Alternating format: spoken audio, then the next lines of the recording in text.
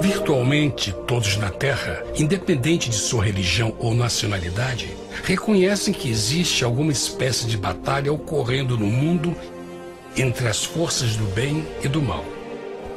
Uma luta colossal entre a luz e as trevas, a verdade e o erro, a opressão e a liberdade, o bom e o mal, e finalmente, a vida e a morte.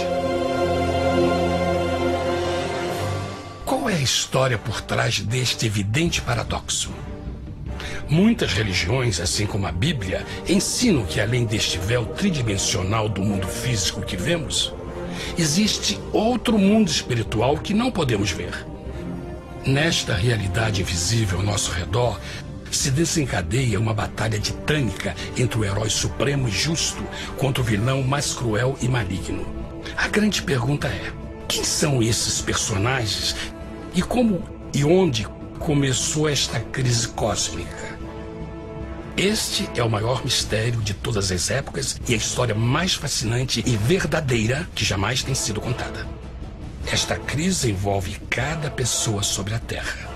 Sim, cada pessoa.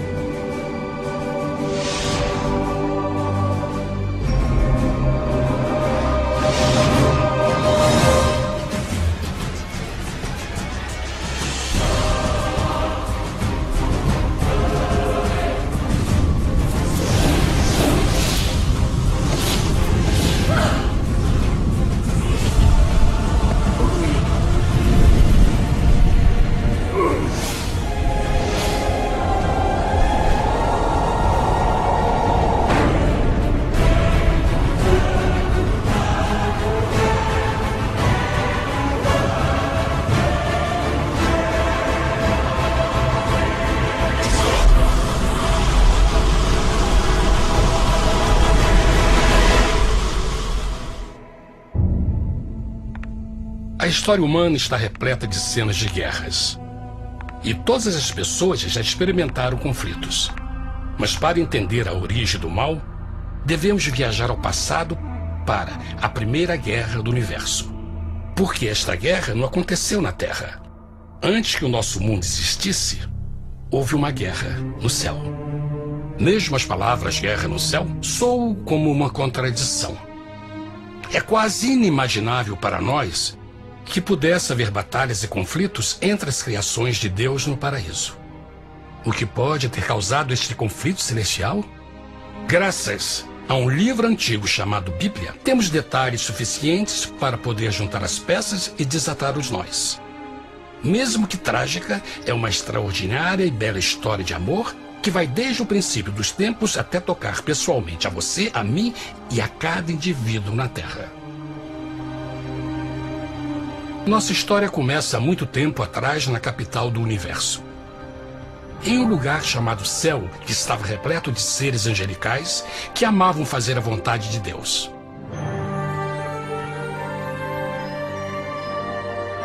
Sob o justo e amoroso governo do Criador, todo o céu desfrutava uma existência de felicidade e perfeita paz. O príncipe supremo do paraíso e comandante dos anjos era o poderoso e amoroso Filho de Deus, mais conhecido com o nome que adotou quando veio à Terra, Jesus. Ele tinha o mesmo propósito e pensamento com Deus, o Pai. O céu, sob o comando compassivo do Pai, Filho e Espírito Santo, provou ser um maravilhoso lugar de paz e alegria. Para realizar as ordens de Deus, a Trindade estava rodeada de um oceano virtual de inumeráveis espíritos ministradores chamados serafins e querubins, mais conhecidos como anjos. Estas poderosas e inteligentes criaturas descobriram que a felicidade estava em cumprir as ordens do Todo-Poderoso. Mas Deus criou um extraordinário anjo para atuar como líder de toda a multidão celestial. A Bíblia nos diz que seu nome era Lúcifer, que significa portador da luz. Este querubim foi o maior ser criado por Deus e assumia a posição mais próxima do trono de Deus, estando diretamente sob a autoridade de Jesus. A tarefa de Lúcifer era difundir a luz e o conhecimento da vontade de Deus a todos os outros anjos. Lúcifer foi o mais esplêndido ser criado por Deus. Era extremamente bonito e dotado de enormes poderes de liderança e organização.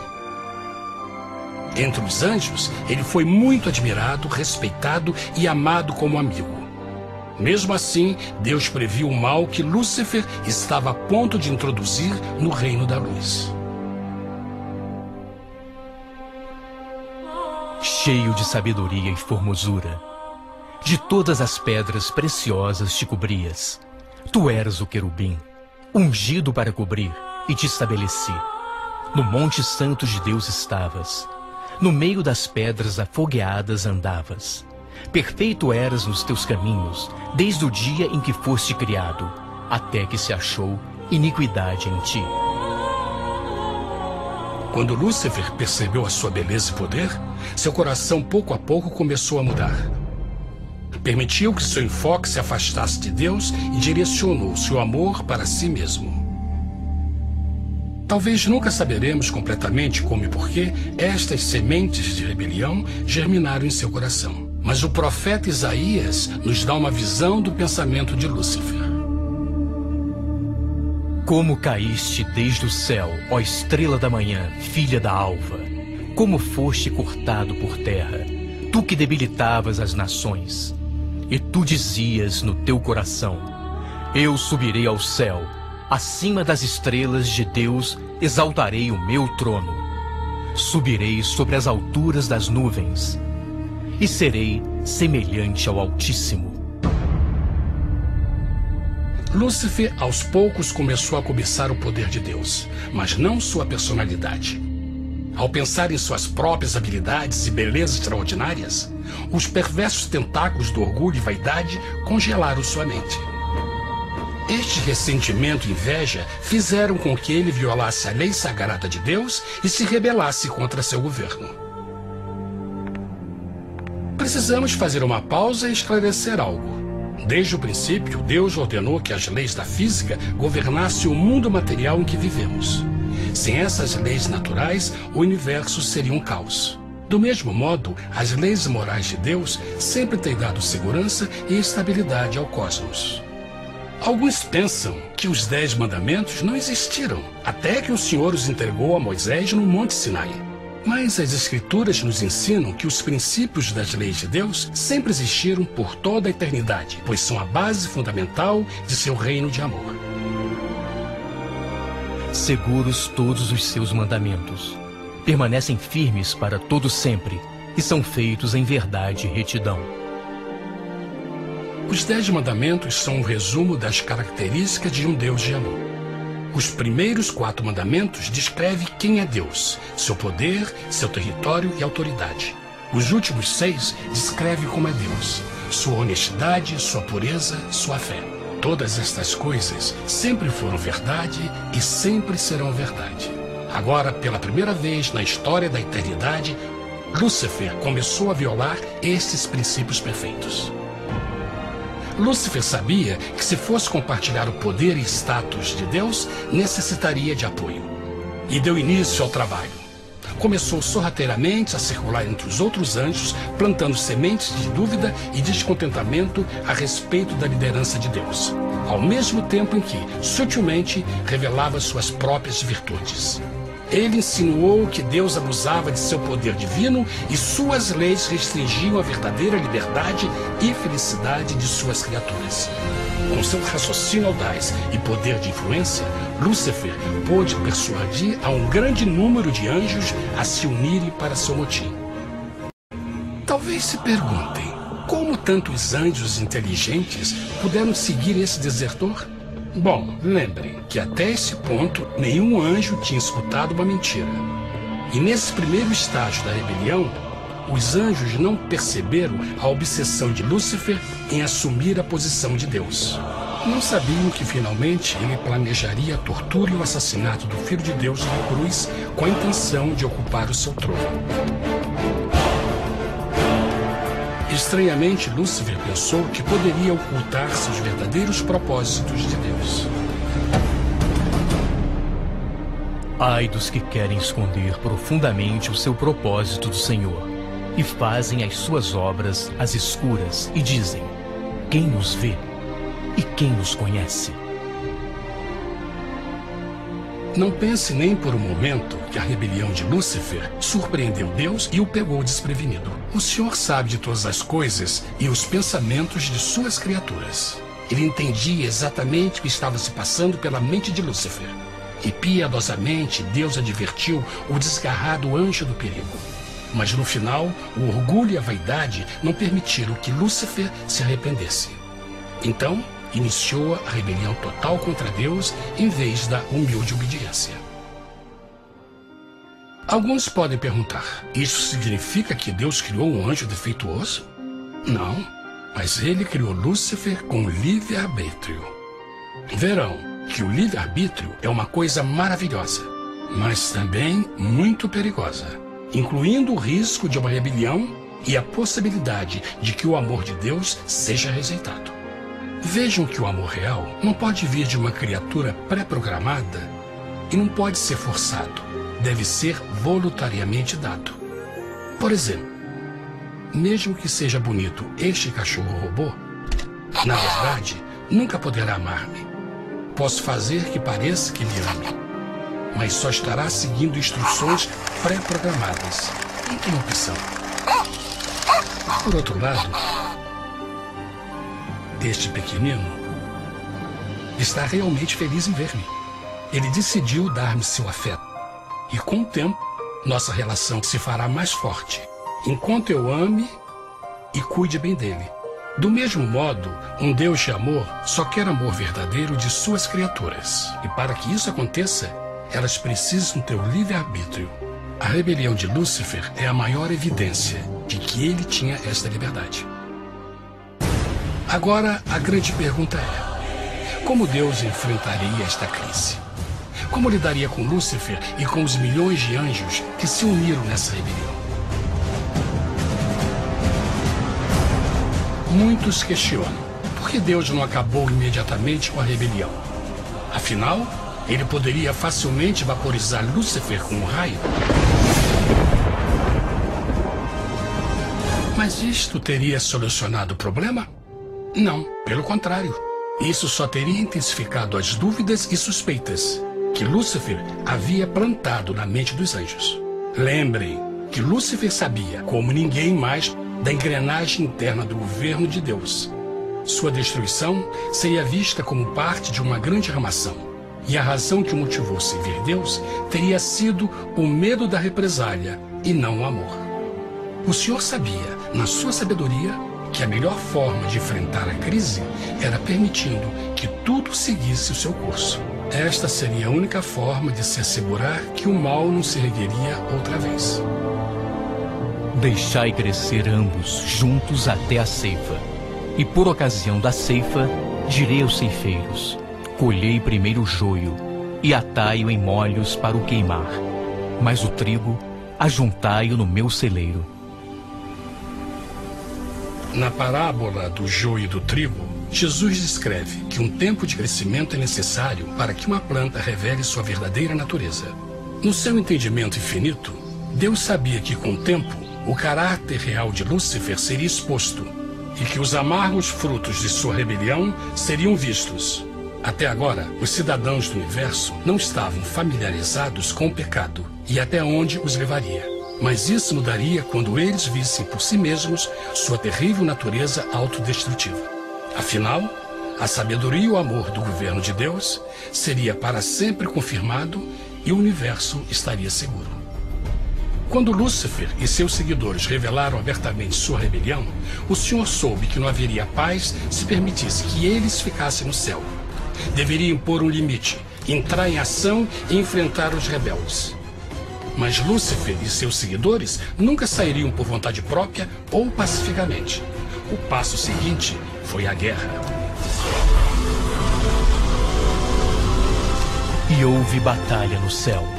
Miguel e os seus anjos batalhavam contra o dragão. E batalhavam o dragão e os seus anjos. Mas não prevaleceram, nem mais o seu lugar se achou nos céus.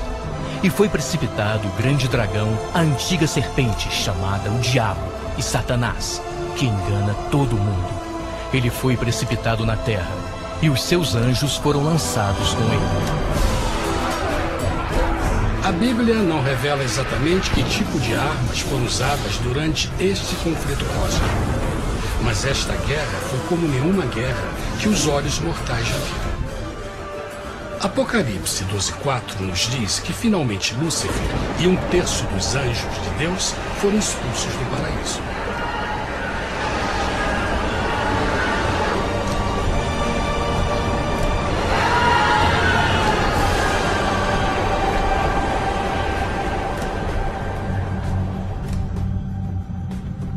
Mas e agora? Lúcifer tinha milhões de anjos ao seu lado, mas precisava de um pedaço de chão para continuar sua rebelião. Rápido, muito rápido, o universo começou a entender o quão doloroso e caro o pecado poderia chegar a ser.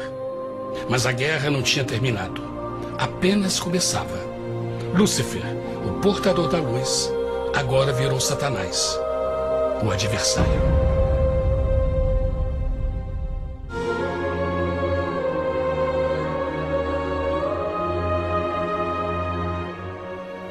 Depois da guerra no céu, Satanás e seus anjos caídos foram expulsos da corte de glória. Por um tempo, o diabo e seus demônios vagaram pelo universo buscando inutilmente mundos que se compadeceram e se uniram à sua rebelião. Enquanto isto, o coração de Deus sentia intensamente o vazio que deixou a perda de Lúcifer e seus anjos. Então o Pai, o Filho e o Espírito Santo retomaram seu trabalho favorito, o maravilhoso trabalho da criação. Decidiram fazer um mundo novo, pleno, com muita variedade e diversas criaturas de amor. Este novo mundo seria único, porque as criaturas principais seriam feitas à imagem de Deus. Para eles, o Senhor também daria o domínio deste planeta novo, que conhecemos como Terra. No princípio, Deus criou a terra. E viu Deus tudo quanto tinha feito, e eis que era muito bom. Que imagem maravilhosa! Deus forma um novo mundo, nosso planeta, Terra. E em cada maravilhoso dia da criação, algo novo e espetacular começa a fazer parte da cena. Por exemplo, no terceiro dia, Deus falou e uma linda e exuberante vegetação fez parte da existência. Plantas de todas as cores, formas e tamanhos. No quinto dia, o mundo estava repleto de espantosas e exóticas criaturas, que podiam tanto se elevar aos céus como deslizar pelas águas azuis. E outras podiam fazer as duas coisas. No sexto dia, houve a introdução de um grande número de animais terrestres.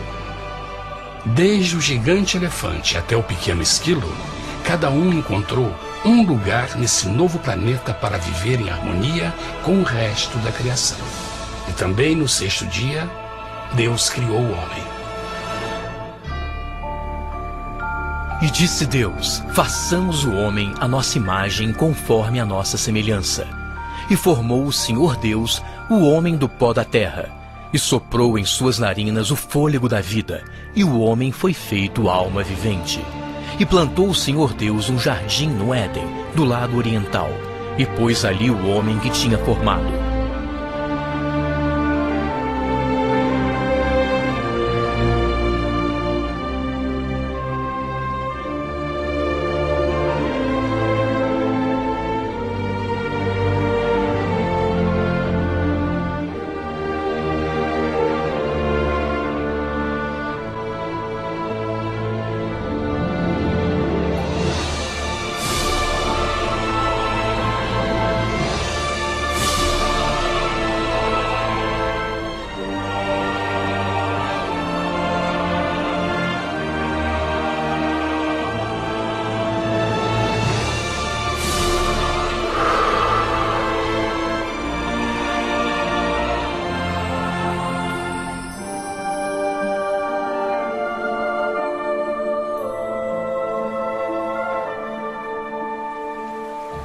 Mas que grande honra ser criado à semelhança de Deus, ser um indivíduo com liberdade de pensamento.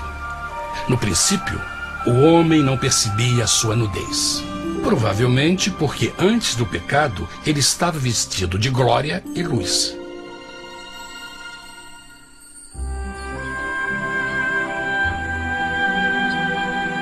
Deus também criou a companheira perfeita para Adão, sua bela esposa Eva.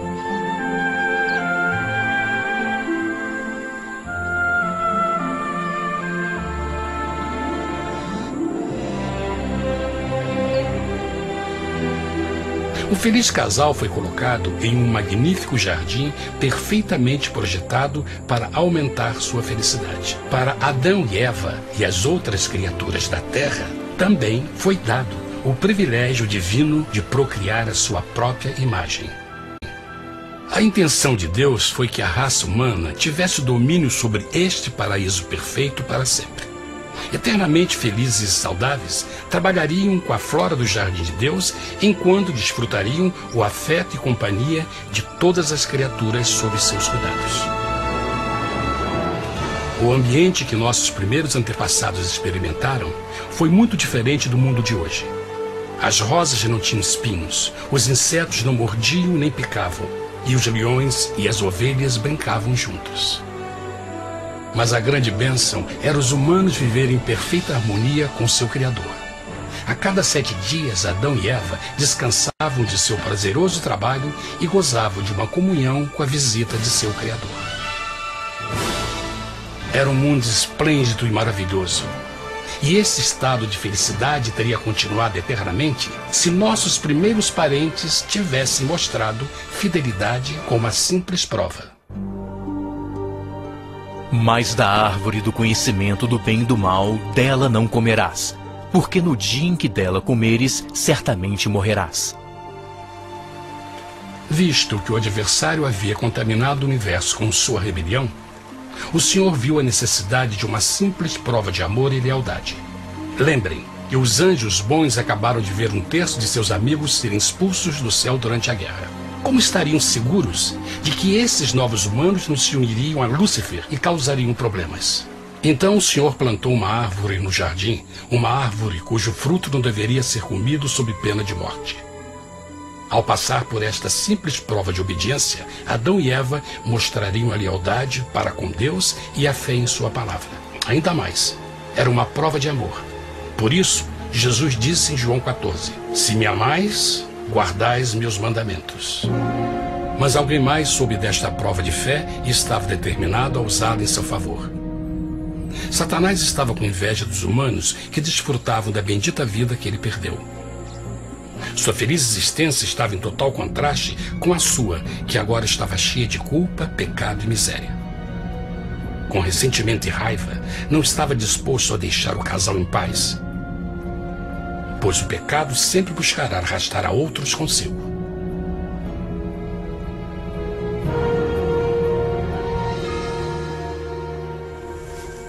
Então um dia, quando Eva estava concentrada em seu agradável trabalho, se viu sozinha e muito perto da árvore proibida. Foi quando Satanás viu sua oportunidade. Através de uma serpente hipnotizante, o anjo caído chamou Eva até a árvore e a envolveu em uma conversação.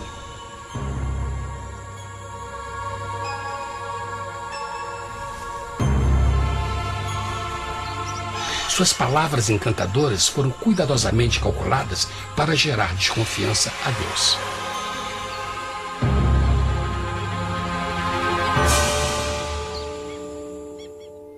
A serpente replicou à mulher, de modo algum morrereis. Deus sabe que no dia em que dele comerdes, vossos olhos se abrirão e sereis como Deus, conhecedores do bem e do mal. A mulher notou que a árvore era boa para comer, pois era atraente aos olhos e desejável para alcançar sabedoria. Colheu o seu fruto e comeu. Deu também ao seu marido, que comeu assim como ela. Tragicamente, quando Eva escutou a suave e sedutora voz do tentador, começou a ter certas dúvidas da palavra de Deus. A serpente enganou-o com a promessa de grande poder e sabedoria. Isso chamou sua atenção. Além disso, aparentemente o fruto deu à serpente a habilidade de falar. Que outros poderes poderia dar a ela? E mesmo tendo acabado de conhecer a serpente, ela confiou em sua palavra acima da de Deus, quem a criou, e lhe deu um paraíso para viver. Então Eva comeu o fruto proibido e convenceu seu esposo a fazer o mesmo. Adão poderia ter escolhido ser fiel a Deus, mas colocou seu amor pela esposa acima do seu amor por Deus. Quando os nossos primeiros parentes mostraram lealdade ao inimigo, o domínio da terra foi tomado por Satanás. Não sabeis que, vos oferecendo a alguém para lhe obedecer, vos tornais escravos daquele a quem obedeceis? Ninguém pode servir a dois senhores. Este mundo agora seria o último campo de batalha entre o bem e o mal, e o coração de cada homem e mulher seria o prêmio. Adão e Eva não se deram conta desse tempo, mas seu momento de desconfiança e desafio abriria as comportas do sofrimento de milhões de pessoas durante milhares de anos.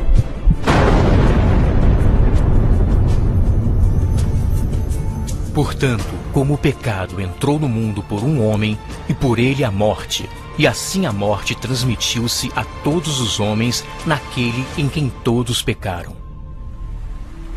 Nossos primeiros parentes logo enfrentaram o terrível resultado de seu pecado. Em estado santo, Adão e Eva resplandeciam com túnicas de glória. Depois de pecarem, suas túnicas naturais de luz se desfizeram e eles ficaram mortificados com a sensação de sua nudez. Vergonha e temor tomaram o lugar de sua alegria e paz e trataram de cobrir sua nudez com folhas. Agora eles se encontravam sob constante influência do diabo. Ao ceder à tentação, debilitaram sua natureza, e Satanás ganhou poder sobre a humanidade. As pessoas não podiam resistir às tentações do diabo com sua própria força. Por último, e o mais aterrador, se encontravam vivendo sob a pena de morte iminente. Deus havia advertido que a desobediência traria a morte. Já tinha experimentado a morte espiritual. Quanto tempo passaria para sofrerem a morte física também? Nesse ponto, seu futuro não tinha nada mais que escuridão e desespero. Tendo expulsado o homem, colocou diante do jardim do Éden os querubins com o cintilar da espada flamejante, para guardar o caminho da árvore da vida. Como o pecado provocou a expulsão dos anjos caídos de seu lar celestial, agora pela desobediência, Adão e Eva foram tirados de seu jardim, seu lar no paraíso. Tudo à sua volta estava mudando rapidamente, e a humanidade se encontrou suscetível às dores, doenças e finalmente à morte. Até os animais e plantas estavam infectados pela terrível maldição. Os espinhos e cardos agora pareciam árvores e flores, e os animais que antes eram gentis começaram a se matar e a devorar uns aos outros.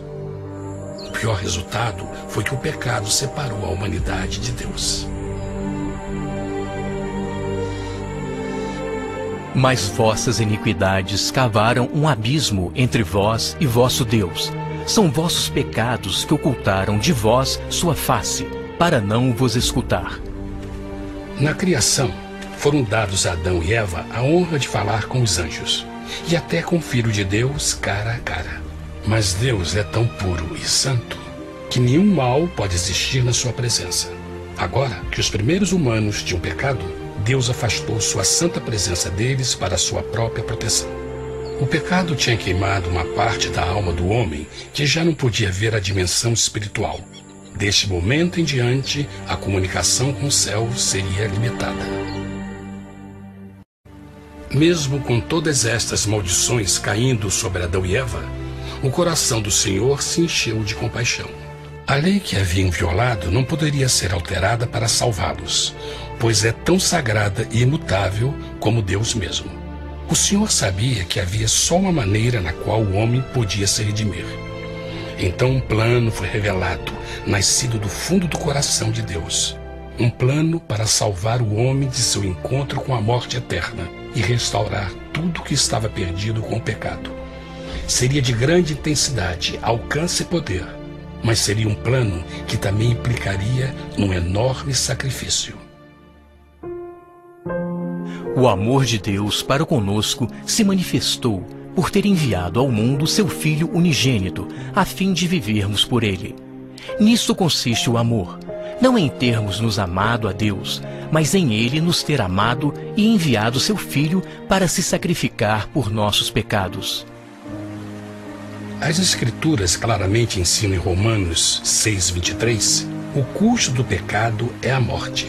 A lei violada demandava a vida do pecador e só tinha um em todo o universo qualificado como substituto da humanidade.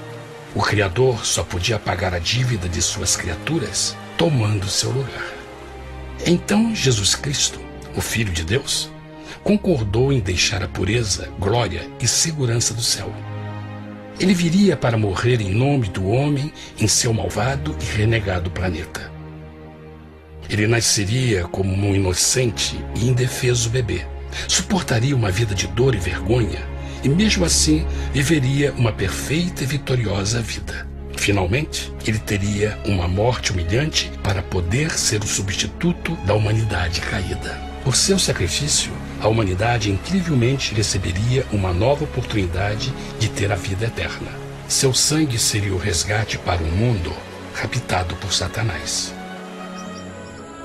Este maravilhoso plano de redenção foi graficamente ilustrado no sistema de sacrifício de animais ordenado por Deus depois da queda do homem. O Senhor tinha avisado Adão e Eva que iriam morrer no dia em que comessem do fruto proibido. E como que permaneceram vivos? A Bíblia nos diz que imediatamente depois do pecado, Deus providenciou roupas na forma de peles de animais. É bom notar que o Apocalipse se refere a Jesus Cristo como a ovelha que foi morta desde o princípio do mundo. Isto indica que uma ovelha foi sacrificada no mesmo dia para prevenir suas mortes imediatas. Pela fé, neste sacrifício, suas mortes foram simbolicamente transferidas deles para a criatura inocente. A ovelha certamente era a representação de Jesus. Assim, um raio de esperança foi dado em uma situação de escuridão e desespero. Através do arrependimento e a fé no sangue do Messias, qualquer humano poderia uma vez mais ser filho de Deus. Mas mesmo com este grande plano para a humanidade, Satanás ainda tinha o domínio da terra. E a vida na terra não estava fácil. No mundo haveis de ter aflição, mas coragem, pois eu venci o mundo. Naturalmente, muitos se perguntam, como um Deus amoroso e poderoso permite dores e sofrimentos no nosso mundo atual? Mas está claro desde o Gênesis que Deus nunca quis que nós tivéssemos o conhecimento da dor dessa vida. Quando o mundo saiu das mãos de Deus, a terra era um maravilhoso paraíso. Foi o pecado de Adão e Eva que deu a Satanás o direito de assumir o controle deste planeta. Devido à sua trágica eleição, o diabo e seus súditos ganharam o poder de tentar e atormentar os humanos, introduzindo a doença, a dor e o sofrimento. Talvez fosse melhor perguntar: por que Satanás não tem o controle total da humanidade? A resposta é Jesus Cristo. Talvez já perceberam que a morte de Jesus na cruz deu a cada um de nós a oportunidade de sermos salvos, mas na verdade fez muito mais do que isso. Quando o Salvador ofereceu sua vida para redimir a terra, esse ato poria restrições ao controle de Satanás sobre a humanidade. Satanás não poderia forçar nossa vontade e seu poder de nos ferir seria limitado. O sacrifício de Cristo também nos trouxe um tempo de prova, durante o qual poderíamos ver a diferença entre o governo de Deus e o de Satanás, e então decidir a quem servir. Finalmente, pelo sacrifício que fez Jesus, o reino de Satanás chegará ao seu final, e um dia a terra será devolvida ao homem mais maravilhosa do que era no princípio. Mesmo Adão e Eva tendo começado suas vidas como exilados do paraíso, ainda tinham esperança. Deus providenciou peles de animais sacrificados para se cobrirem. Mas o mais importante, ele prometeu o sangue do Cordeiro de Deus para pagar por seu pecado, se aceitassem Cristo e se arrependessem. Uma grande pergunta permanece: as pessoas aceitaria o grande presente de Deus? Como escaparemos se agora desprezarmos a mensagem tão sublime da salvação? A incrível história que acabaram de escutar é verdade e afeta vocês. Pois, pelo desejo de Satanás de ser Deus e a desconfiança e desobediência de Adão e Eva, todos nós nos encontramos em uma situação perigosa. De um lado, a humanidade foi grandemente favorecida por Deus com uma segunda chance de recuperar nosso lugar no Éden. Por outro lado, se nós desistirmos de aproveitar esta grande chance, nos tornaremos escravos de Satanás e finalmente seremos destruídos quando Deus limpar o universo do pecado. Amigos, não há melhor hora de fazer sua escolha por Jesus do que agora mesmo. Nenhum de nós sabe quanto tempo mais teremos que viver nesta terra. Jesus nos tem mostrado grande interesse no seu bem-estar e seu amor por vocês o levou a providenciar uma maneira de escaparmos de uma futura destruição. Ele quer que você o aceite e se arrependa de seus pecados. Através de Cristo, pode encontrar o perdão para tornar-se como Ele em caráter. A triste notícia é que Satanás atua de todas as formas possíveis para evitar que aceite o presente da salvação de Deus. Devido à nossa rotina da vida, o amor ao dinheiro ou alguma outra distração fascinante, ele trabalha para manter a todos ocupados e afastados do que, na realidade, mais importa, sua salvação eterna. Para que entendam a realidade da situação e que se você não escolhe a Jesus por omissão, está escolhendo a Satanás.